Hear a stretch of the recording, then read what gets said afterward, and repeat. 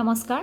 আজি এটা নতুন বিষয় আৰু এটা মনৰ কথা আচলতে আপোনালোকৰ লগত পুনৰ পাতো বুলি আহিছোঁ। যিহেতু মই আপোনালোকে সকলোৱে জানে যে এই পেজটোত যেতিয়া আপোনালোক আহিছিল আৰু ইয়াত যেতিয়া ভিডিঅ'বিলাক চাইছিল, মই সাধাৰণতে ইংৰাজী শিকা বা ইংৰাজীত কেনেকৈ আমি কথা কোৱাৰ ক্ষেত্ৰত পাৰ্গত হ'ব পাৰোঁ এই বিষয়বিলাক প্ৰায়ে আলোচনা কৰি থাকোঁ। আৰু এই বিষয়বিলাক আলোচনা কৰাৰ লগে লগে এটা কথা মই নিজে অনুভৱ কৰোঁ আৰু মই নিজে ভাবোঁ যে প্ৰত্যেকটো শিকা বা প্ৰত্যেকটো নতুন বস্তু যেতিয়া আমি আয়ত্ত কৰোঁ তাৰ লগত বিভিন্ন ধৰণৰ আনুষাংগিক কথা জড়িত হৈ থাকে। শিকাটো কেৱল এনেকুৱা নহয় যে আপুনি যদি ইংলিছ ক'বলৈ শিকিছে বা আপুনি যিকোনো এটা কাম শিকিছে, সেই এটা কাম শিকাৰ লগত আপোনাৰ জীৱনত ঘটি থকা বা আপোনাৰ ব্যক্তিত্বৰ যিখিনি অংশ আছে, আপুনি কি ধৰণে ভাবে, আপুনি কি ধৰণে কামবিলাক কৰে, সেইটোৰ ওপৰত আচলতে খুব নিৰ্ভৰ কৰে।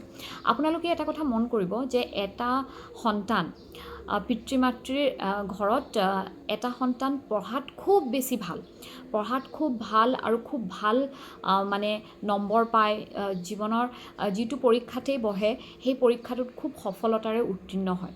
আৰু আনটি সন্তান, ঘৰখনত দুটি সন্তান, গতিকে এটি সন্তানৰ খুব ভাল ৰিজাল্ট হয় আৰু এটি সন্তানৰ ভাল ৰিজাল্ট নহয়।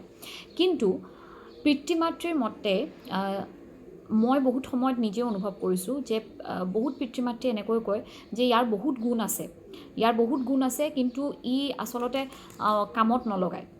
এই কথাষাৰ হয়তো আপোনালোকেও শুনিছে যে ইয়াৰ বহুত প্ৰতিভা আছে, ইয়াৰ বহুত গুণ আছে, ই পঢ়িলেই পাৰে, ই অকণমান কিবা এটা যদি চেষ্টা কৰে তাতেই সি খুব ভাল নম্বৰ পায়, বা সি যদি আমুকটো কাম যদি কৰিবলৈ লয় পটককৈ শিকে।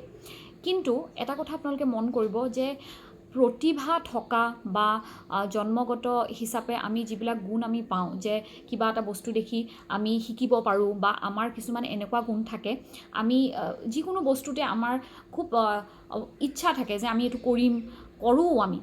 কিন্তু ক'ত জানো আমাৰ কেনাটো লাগে, গৈ পেলাই আমি কিন্তু সফলতাৰ শিখৰত যেতিয়া পাব লগা হয়।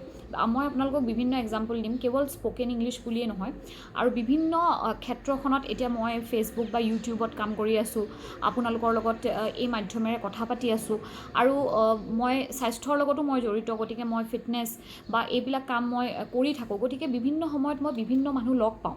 তেখেতসকলে মোক সদায় কয় যে মই আমুকটো ইমান ভালকৈ মই ৱেইট উঠাব পাৰোঁ বা মই ইমান ধুনীয়াকৈ আমুকটো এক্সাৰচাইজ কৰিব পাৰোঁ, কিন্তু কিয় মোৰ বডি শ্বেপটো মই যেনেকুৱা বিচাৰিছোঁ তেনেকুৱা হোৱা নাই, বা তোমাৰ নিচিনাকৈ মই কিয় ক্ষীণ হোৱা নাই, কি সমস্যা কি হৈছে, মই কিয় কৰিব পৰা নাই।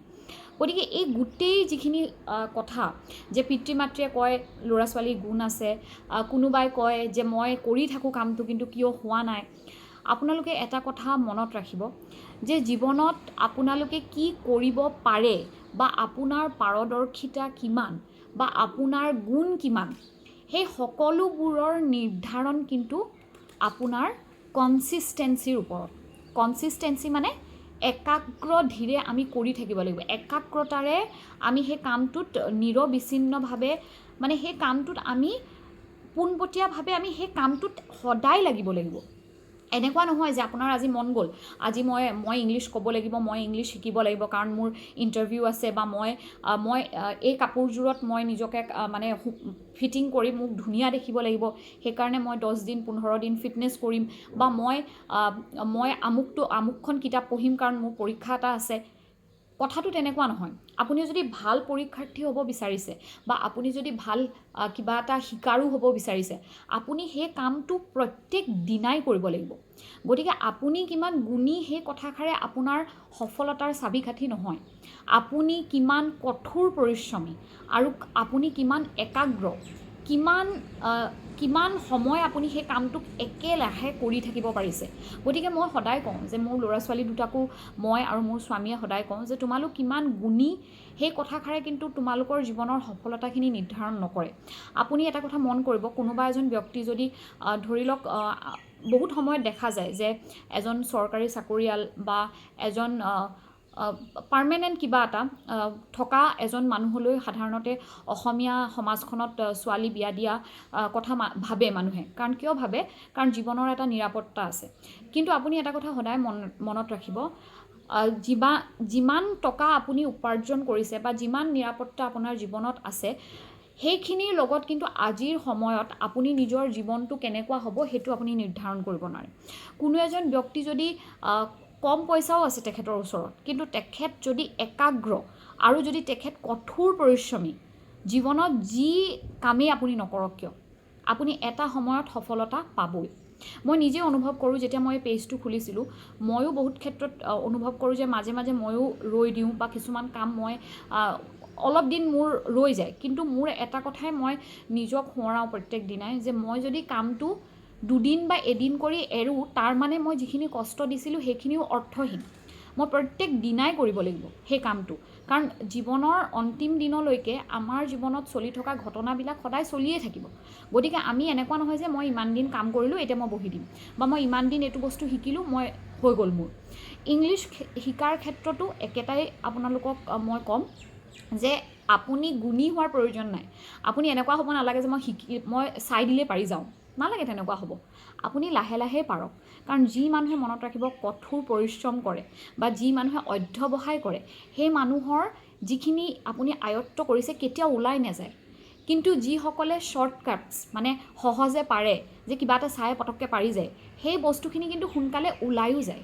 কষ্টৰ ফল সদায় মিঠা। গতিকে মনত ৰাখিব, এটা ব্যক্তিত্বত আটাইতকৈ যদি ভাল কিবা এটা আপোনালোকে সংযোজন কৰিব পাৰে, সেই সংযোজনটোৱে হৈছে কঠোৰ পৰিশ্ৰমী হোৱাটো। অধ্যৱসায়, কঠোৰ পৰিশ্ৰম, এই দুটা থাকিলে আপুনি গুণী, টেলেণ্টেড হ'ব নালাগে, আপুনি ক্ৰিয়েটিভ নহ'লেও আপুনি সেই বস্তুখিনি আয়ত্ব কৰিব পাৰিব। গতিকে আশা কৰিছোঁ আমি আমাৰ জীৱনত এই পৰিশ্ৰম নামৰ শব্দটোক আমি ভৰাই ল'ব পাৰিম। আমি প্ৰত্যেক দিনাই অধ্যৱসায় কৰিম। আমি ইংৰাজী শিকা বুলিয়েই নহয়, জীৱনত কিবা এটা ভাল কাম কৰাৰ দিশত যেতিয়া আমি আগবাঢ়োঁ, থমকি আমি নৰওঁ। আৰু মই স্বাস্থ্যৰ ক্ষেত্ৰতো আপোনালোকক একেটা কথাই ক'ম, আমি যেনেকৈ ফিটনেছ কেইদিনমান আমি জিমত গৈছোঁ, কাৰোবাক দেখিছোঁ, আমি এক্সাৰচাইজ কৰিছোঁ, আমাৰ মন গৈছে যে আমিও একদম মানে পূৰা মেম্বাৰশ্বিপ ল'লোঁ জিমত, আমি গ'লোঁ, দুদিনমান এক্সাৰচাইজ কৰিলোঁ, তাৰপিছত আমি মনত কিছুমান ভাৱ বনাই ৰাখোঁ যে ইমান দিনত আমি ইমানটো কৰিম, যে ইমান দিনত মোৰ ইমান কেজি কমিব বা ইমান ইঞ্চি মই নিজৰ বডিৰ পৰা ফেট কমাম, সেই ধৰণৰ মানসিকতা লৈ আমি জিমলৈ যাওঁ। আৰু যেতিয়া আমি সেই ফলটো নোপোৱাৰ লগে লগে আমি কেইদিনমান খুব উদ্যমেৰে কামটো কৰোঁ, তাৰপিছত আমি এৰি দিওঁ। ঠিক তেনেদৰে ইংৰাজী শিকাৰ ক্ষেত্ৰতো আপুনি মনত ভাবি লয় যে মই ইমান ভিডিঅ' চাই আছোঁ, মই লিখিছোঁ, মই কৈছোঁ, গতিকে মই ইমান দিনৰ ভিতৰত অলপ হ'লেওতো পাৰিম। গতিকে এই ধাৰণাটো মনলৈ নানিব। কিমান পাৰিম সেইটো পিছৰ কথা। আমাৰ কামটো হৈছে আমি কৰিব লাগে। মানুহ হিচাপে আমি যেতিয়া জীৱনটো আমি পাইছোঁ, আমাৰ কৰণীয়খিনি হৈছে যে আমি চেষ্টা কৰিব লাগে। কিন্তু চেষ্টাত আমি ফল কি পাম সেইটো আপুনি সেই যাত্ৰাটোত আপুনি নিৰ্ধাৰণ কৰা ফলখিনি আপুনি নাপাব পাৰে, কিন্তু আপুনি ফল এটা আপুনি পায়ে আছে। আপোনাৰ কষ্টৰ ফল আমি সদায় পাওঁ। কি ফল পাম সেইটো আচলতে আমি সেই ৰাস্তাটোত যেতিয়া গৈ থাকোঁ তেতিয়াহে আমি গম পাওঁ। গতিকে টাৰ্গেট এটা ফিক্স কৰাটো ভাল, কিন্তু সদায় মনত ৰাখিব যে টাৰ্গেটটো ফিক্স কৰি আপুনি কেৱল টাৰ্গেটটোৰ কাৰণে যুঁজি লাভ নাই। আমি যিবোৰ সপোন দেখোঁ সেই সপোনবোৰ যে সদায় বাস্তৱায়িত হ'ব মানে নাই, কিন্তু সপোন দেখিলেহে আপুনি সেই সপোনটোৰ কাৰণে সেই প্ৰচেষ্টাখিনি কৰাৰ আপোনাৰ উদ্যম আহিব। গতিকে আশা কৰিছোঁ আমি গুণী জ্ঞানী হ'ব নালাগে, আমি কঠোৰ পৰিশ্ৰমী আৰু একাগ্ৰ হ'ব লাগে, যাতে জীৱনত আমি মানুহ হিচাপে জন্ম লৈ আমাৰ কৰণীয়খিনি আমি কৰি যাব পাৰোঁ। পুনৰবাৰ ধন্যবাদ জনাইছোঁ। যদি ইমান দীঘল ভিডিঅ'টো লাষ্টলৈকে চাইছে, অনুগ্ৰহ কৰি আপোনালোকে শ্বেয়াৰ কৰিব পাৰে ভিডিঅ'টো, আৰু লগতে মোৰ পেজটোত এটা লাইক কৰি দিব পাৰে। মই সাধাৰণতে নকওঁ, কিন্তু এতিয়া কৈছোঁ, আশা কৰিছোঁ আপোনালোকে বেয়া নাপায়। পুনৰ লগ পাম এটা নতুন ভিডিঅ'ত। বাই।